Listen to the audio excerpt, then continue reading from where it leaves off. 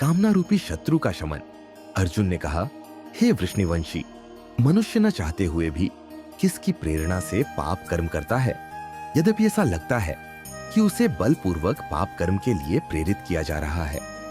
श्री भगवान ने कहा, इसका कारण रजोगुण से उत्पन्न होने वाले काम और क्रोध बड़े पापी है।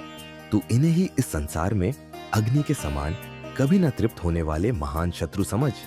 जिस प्रकार धुएं से अग्नि और धूल से दर्पण ढक जाता है तथा जिस प्रकार गर्भाशय से गर्भ ढका रहता है, उसी प्रकार कामनाओं से ज्ञान ढका रहता है।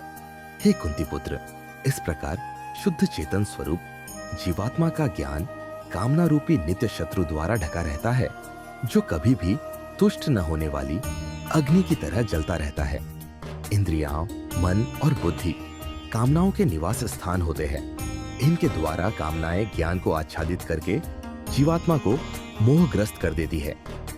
अतः हे भरत वंशियों में श्रेष्ठ, तू प्रारंभ में ही इंद्रियों को वश में करके और आत्मज्ञान और आत्म साक्षात्कार में बाधा उत्पन्न करने वाली इन महान पापी कामनाओं का ही बलपूर्वक समाप्त कर। हे अर्जुन, इस जड़ पदार्थ शरीर की अपेक्षा इंद्रियां श्रेष्ठ है, इंद्रियों की अपेक्षा मन श्रेष्ठ है, मन की अपेक्षा बुद्धि श्रेष्ठ है, और जो बुद्धि से भी श्रेष्ठ है, तो वही सर्वश्रेष्ठ शुद्ध स्वरूप आत्मा है।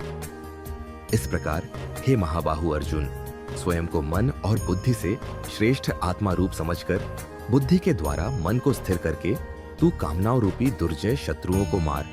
इस प्रकार उपनिषद, ब्रह्म विद्या तथा योग शास्त्र रूप श्रीमद् भगवद गीता के श्री कृष्ण अर्जुन संवाद में कर्म योग नाम का तीसरा अध्याय संपूर्ण हुआ।